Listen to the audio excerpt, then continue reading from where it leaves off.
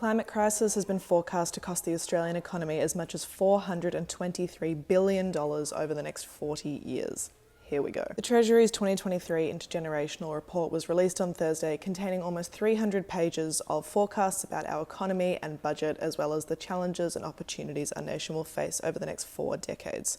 It predicted things like wages will grow by about 50% by 2063, and our economy's growth will be much slower than in previous periods, similar to many other nations.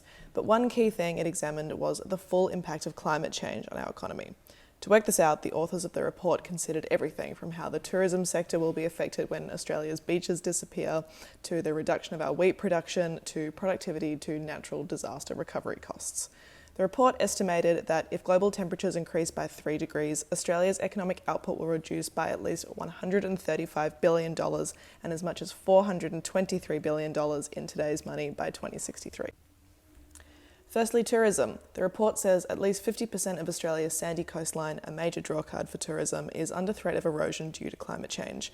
Many of Australia's top attractions are also in regions likely to be increasingly susceptible to natural disasters, risking travel disruption and reputational harm.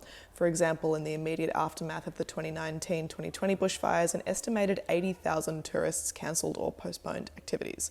Secondly, natural disasters. The report said crisis response spending could triple by 2063. Thirdly, crop production could drop 4% due to changing weather.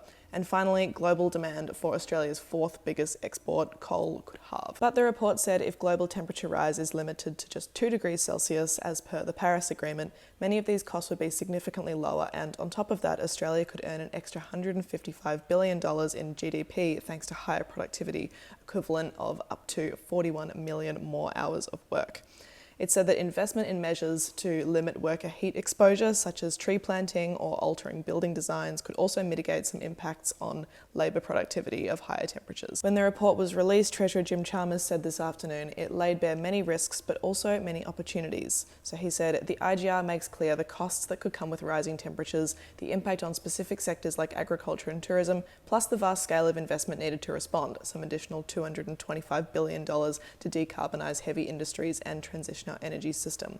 These are not only risks to manage, cost to bear, but vast industrial opportunities with more clean, cheap, renewable power, creating cumulative comparative advantages in the new industries of the net zero economy, unlocking new sources of growth and leveraging our traditional strengths.